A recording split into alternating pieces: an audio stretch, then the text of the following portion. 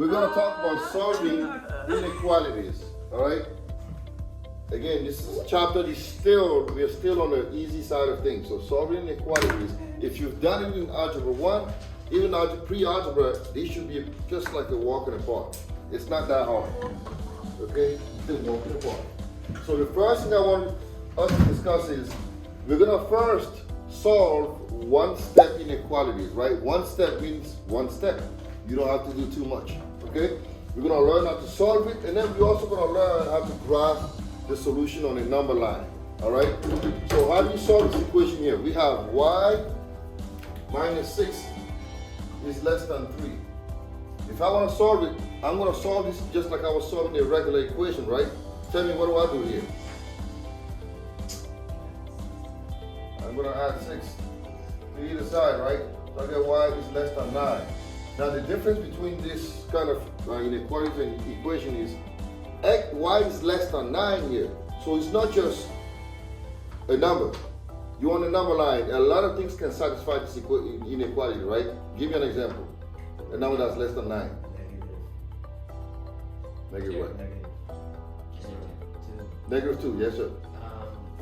7, 8, right? 8.999, a bunch of numbers. So to graph the solution, we have to draw a number line, right? This is our number line. And I have to locate 9. 9 is here. So I want everything to be less than 9. Am I going to go left or right? Left, right?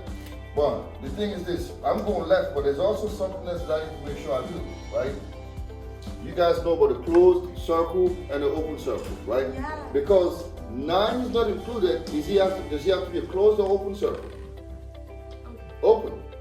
Is everyone comfortable with this? Open circle, right? So it's going to be from 9, open circle, to infinity, right? This is on the number line now. If you want to represent this as an interval, it's going to be negative infinity to 9. We are not there yet, so I'm just giving it to you as a way of knowing, okay? But this is what we have, negative infinity to 9, and 9 is not included, so I put the parenthesis, not a bracket, okay? So what if I change this problem and I had less than or equal? What would be different in this case? Yes. It would be a closed circle, right? Because now 9 is included. If I change this to less than or equal, 9 will be included, and I'm still going to be going to infinity negatively, but 9 is included, and now instead of the parentheses, what do I have? I have a bracket. This is important, right? A lot of times people get hung up on this, they forget to put a bracket, they put a parenthesis, that's false. Because if you put a parenthesis, you're saying that 9 is not included. So you don't have the same set. You have to put a bracket, right? So the one thing that you need to remember is this closed circle, closed bracket, this open, that implies a parenthesis, that implies a closed bracket, all right?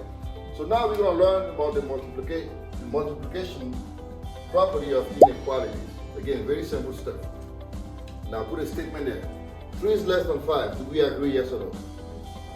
Unless you live in a different universe, 3 is always going to be less than 5, right?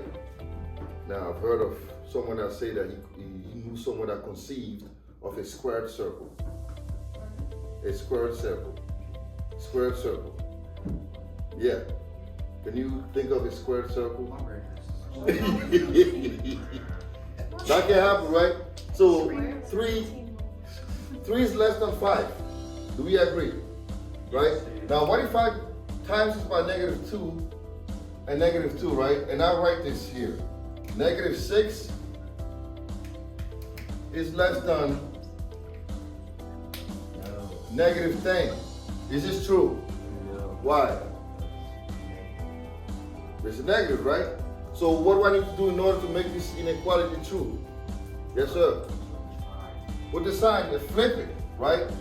Anytime we multiply by a negative, we have to make sure we flip the inequality position, right? Anytime you times by a negative, you have to flip it. It has to change. Because in negative, negative 6 is greater than negative 10, okay? That's just a must. Now, 12 is more than negative 7. Same thing. If I times it by negative 1, right? What am I going to do? I'm going to get negative 12 is what? Less than positive 7. You have to flip it. Okay? And the rule applies also for what? Why did you use this specific numbers? I just used them, I just chose it. I just wanted to. Okay, does it have to be any specific number? No, I mean, I'm just saying, this is an example, right? Yeah. Wouldn't it be negative 7 and not negative 8? Where? What are you talking about? But the negative 12 is less than negative 8. So 7 below that. 7, because it's negative 7 times negative 1. I'm multiplying, it's a multiplication. Oh, let's look at the one below it. This one? Yeah. 12, negative 12 is less than negative 8, yeah. That's a completely different problem. Yeah, that's true. Oh, I'm saying this is a different problem. All right, this is totally different, okay? Now, this is the division property of inequalities, right? I have negative 12 is less than negative 8, right? If I divide this by negative 1, what do I get? What's negative 12 or negative 1? Yes, 12. 12. Do I leave this like this? Obviously not, I have to change it, right? Now it becomes 8. So again, with the division property of inequalities, anytime you divide by a negative, you have to flip the sign. That's just a must, right? So this is why I'm introducing this here. So if you divide by a negative or you multiply by a negative and inequalities are involved, the next thing to do is to make sure you flip the sign. I've seen this too often. People leave signs like this and oh, I just forgot. So remember that. This is why I'm recalling this rule, okay? Same thing here. Now, we're going to solve using multiplication or division here, right? I have negative 4x. This is an example. Solving using multiplication or division. Negative 4x is less than or equal to 24. How do I solve this for x? Cole, what do I do here? Negative 4x is less than or equal to negative 24. Divide negative 4. Divide negative 4. And then what? Switch the sign. Switch the sign. So we get x is greater than what? Or equal to negative 6, right? If I were to put this on a number line, if negative 6 is here, where do I go? Go? Up. Right or left? Right. Right. And then what else do I do? Circle. Close or open? Close, right? Because it's more than or equal, okay? Now I have negative 1 over x, negative 1 over 2x is more than negative 5. How do I solve for x here, Kaylee? I don't know what you're asking me to do. Right here. Yeah, but okay, I don't know then. I'm solving for x. So what do? I want to get x. Yes, sir. You divide by 1 negative 1 Or what else can I do? Instead of dividing, you multiply by what? It's reciprocal. Negative 2. Negative 2, right? The reciprocal, right? Negative 2. And then this cancels out. So now I get 1, or x, is what? Less than 10. Again, do not forget to make sure, because you're dividing by a negative, you multiply by a negative, you have to flip the sign. And then to put this on the number line, negative, positive 10 is here. Open circle, we're going here. Okay, this is negative infinity to 10, open circle. Now, on the last one, the very last one, we are solving multi-step inequalities. Is Mary missing today? Mary and Stephanie are both gone. Okay. And Gigi.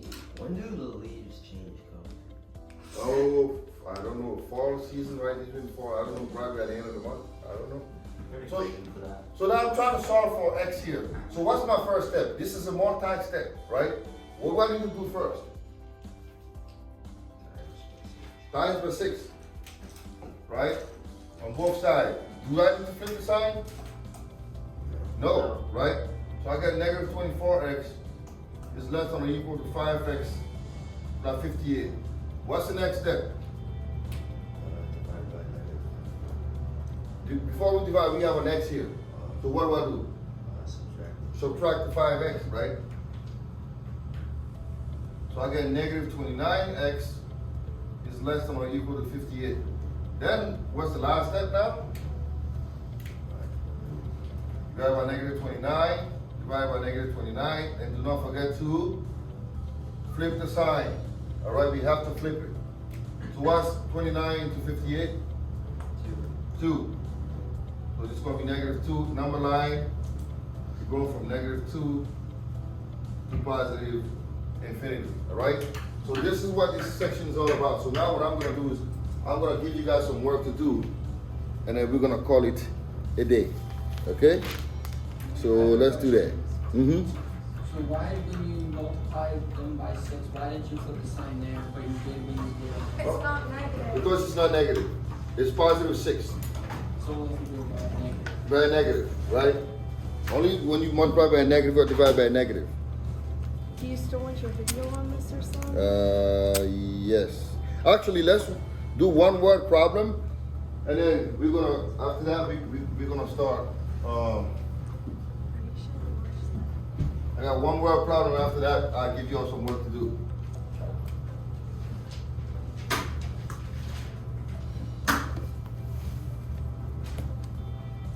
So, Enrique pays Josh to advertise on his website.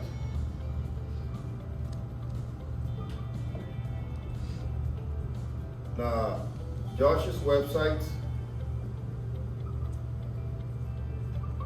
earns $15 a month plus $0.05 every time a visitor clicks on the ad, right? The question is, what is the least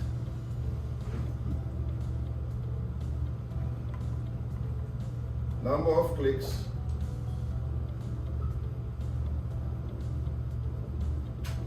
per month that Josh needs in order to earn $50 a month? All right.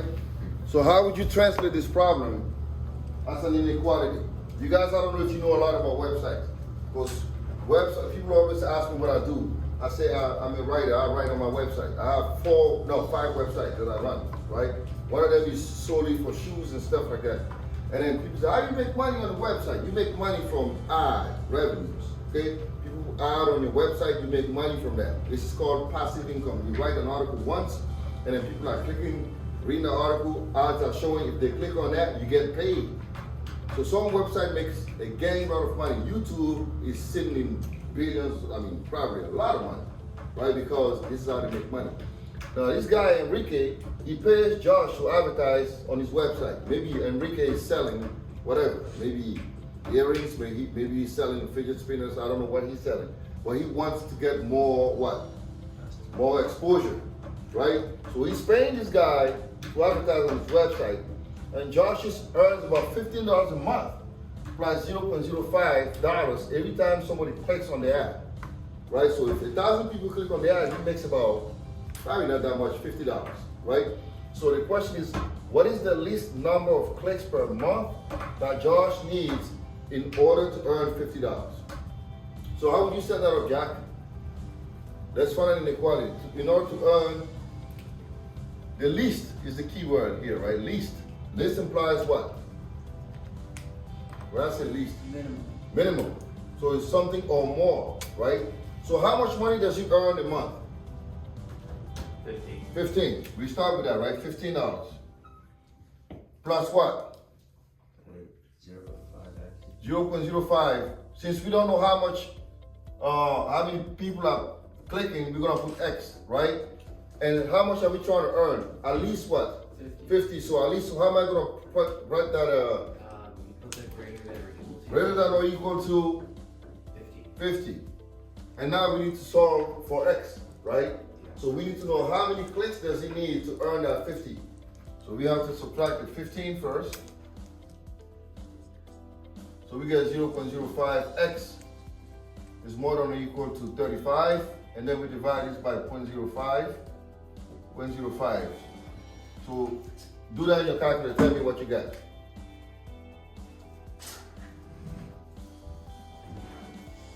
Yeah? How much? So, ain't that crazy? So he needs 700 people to click on it in order to make at least 50 bucks. Couldn't he just click on it 700 times? Guess what? If you do that, what happens if you yourself click on those ads? This is shady stuff. So Google gonna find out and you're gonna get banned. So people have done that. People tell other people click on those ads. They know because they have ways to figure it out, right? So these has to be people that you don't tell to do that. It's just people that are coming. You have to have genuine visitors. But the fee that he charges is just way too little. He needs to charge a little more. Because 5 cents is nothing, right? Because you have to get 700 clicks to only make $50. Meaning for 500, you need at least 7,000 clicks, right? And for 5,000, you need 70,000 clicks on that. Good luck. That ain't happening. So you need to charge more money, okay?